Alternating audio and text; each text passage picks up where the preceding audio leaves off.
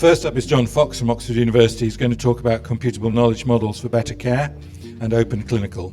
Thank you.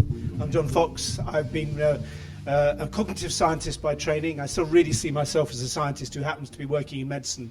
And there are kind of pros and cons to that, because most of the people in this room are much more focused on the delivery of services. But what I hope to persuade you of is we've been, working in the area of executable knowledge for many years, and I think we actually have quite a lot to bring to this. The one way I can introduce this is what I call the knowledge ladder. This is there's a branch of AI which is called knowledge representation. Is how do we model different kinds of knowledge, different levels of description. And it turns out, I think it's almost a discovery of AI, that you can formalize knowledge from the bottom end of simple terms and ontologies, which is where things like SNOMED CT and other things do, through descriptions, rules of decision making, care plans, pathways, right to the point which we're going to see in the next few years. Agents, software agents that manage a large amount of routine patient care. We've been focused on trying to formalize the higher end of this, and particularly a language called Proforma, which is based on some very simple, technically there's quite a lot of depth to it, but but simple principles or simple concepts, objects in the MCBK language for modeling decisions, plans, clinical questions and actions and so on. And it turns out that you can build a very generic, almost common sense framework for capturing high-level models of clinical practice and expertise in an executable way. There isn't time to talk about that, obviously. A couple of examples, just starting from OpenClinical is trying to be a new kind of publisher, the kind of thing that Chuck was talking about. We'd like to think we could sit alongside organizations like NICE, who publish human consumable content and knowledge, and provide the tools that you can create executable content based on the tacit knowledge or the knowledge that's implicit within the text and the work of the panels and committees. One way I often try to kind of quickly explain that is you can think of Proforma as a language for capturing medical practice, a bit like musical notation. It's something that people can read and write, and particularly clinicians. I mean, we see ourselves as about empowering non-technical people in creating and owning this knowledge base. But we can write down the practice in a form that a machine can execute, but it can also be adapted and modified, arranged in musical parlance for different purposes, different hospitals, different policies, and so on. There's a kind of core knowledge that can be used in different ways for different purposes. This is one particular tool that we distribute through OpenClinical, and I should say I'm here with two of my colleagues, Matt South, who's over there, and John Bechtel. And we, at the moment, this is very old software we've been using for many years for modeling various kinds for modeling clinical practice. I should also briefly say I'm involved in a company which spun out from Oxford and CRUK and UCL several years ago, which has a commercial standard tool for doing the same thing, where you kind of take something like a PDF, a standard input model of like a clinical guideline, mark it up in such a way you can create an executable model of the knowledge that's implicit within this document. So we're trying to kind of build a bridge from the traditional ways of doing things into this new world of executable knowledge. And Matt is in fact leading on a project to deliver an entirely new platform, which is to support the publishing cycle, not just the creation of applications. One example is in stroke care. I won't explain the details. This is based on a Royal College of Physicians guideline some years ago, and one of my students kind of created a simple decision support system. This you can't read, I'm sure, but this is a set of options, what medications might be appropriate for a patient who's had a stroke and you want to prevent a secondary stroke.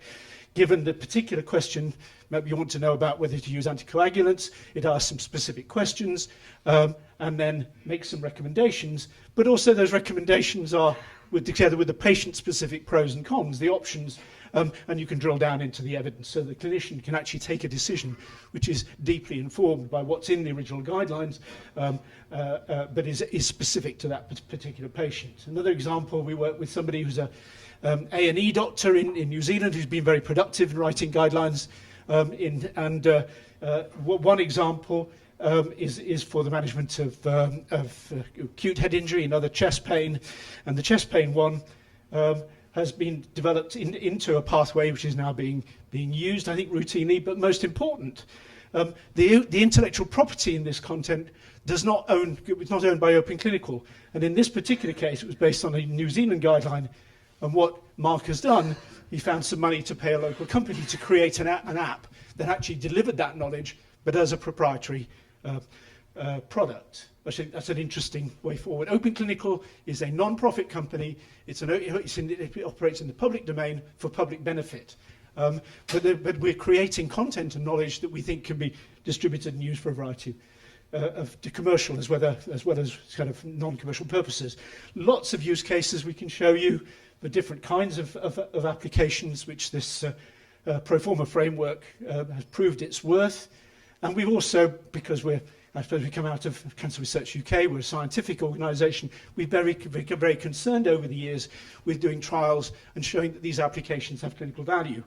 And I sat down and did a kind of review of things that mostly other people had done over the years. We found about one trial published per year over 20 years.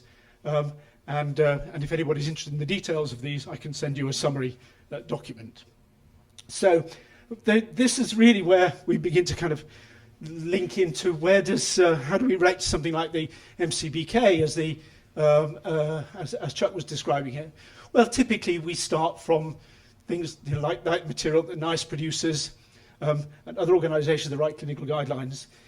The key thing that we know how to do now, and I think we're able to disseminate that capability, is to provide the tools to create machine executable models which capture those guidelines. So we add value to what NICE is doing and make patient-specific things. We want to, as Chuck was saying, we want to create a digital publishing model with all the ethical and other issues, kind of governance issues we need to take care of. And OpenClinical is a flagship, if you like, for trying to develop that methodology. But once those generic models have been published, they can be downloaded and used, adapted for particular hospitals, particular clinics, particular points in the care process.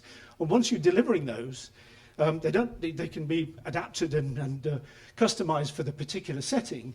Once you're delivering those, then of course you're capturing data in a standardized form which the model consumes, and then begin to introduce analytics and machine learning. So you've got a closed loop. This is our notion of a rapid learning system, as Chuck mentioned, and we're working with Brendan Delaney, who's a co-editor of Chuck's journal.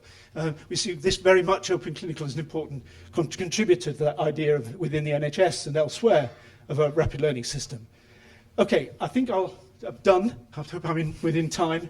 I've got a couple of more slides about specifically what we're doing with MCBK. There are interesting relationships between the Proforma ontology and the Coro reference ontology, which is being developed by the Americans. The Publet concept is very much, I think, something that plugs into, I think Jeremy called it a model of a payload in the MCBK. And I'm personally working on the Trust and Policy Working Group, very interested in all the issues to do with governance. I'm done. Thank you. You've got a minute. That was brilliant, and I'm not sure how many slides you had, but anyway, you've got 1 minute, one question. One question. Yes, at the back there. Okay, I guess you can hear me, yes? So really great. I've come across Proforma before, I guess. My only question is, if you want to make this really rapid, you've got to allow people to be able to implement it in systems and adopt it in systems. And to allow people to adopt it in systems consistently, you've got to write some validation and testing frameworks for it. Because if there is no data to actually, for them to test that they've actually implemented your algorithm, because that's what people do, they tweak it. I know you would say no. How would you solve the problem? I want to, because this is a problem, which is what the Curious thing is, which is what the CHASVAS risk is. So that is what I'm interested in. And I would love to hear your thoughts, by the way. It's an absolutely critical question. Yeah. And I have to say, we don't solve that problem, we avoid the problem. We do exactly what NICE does. NICE publishes standards of care, guidelines, pathways, and so on.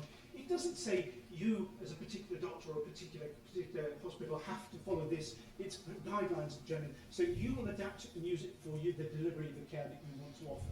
We do exactly the same thing. Our models have been validated. They'll go through a kind of quality process and so on, and that's when they get published. And the people who then download those models, it is their responsibility to integrate them and to deliver them within the context that they're concerned about. We'll take it up later. Okay, thank you very much.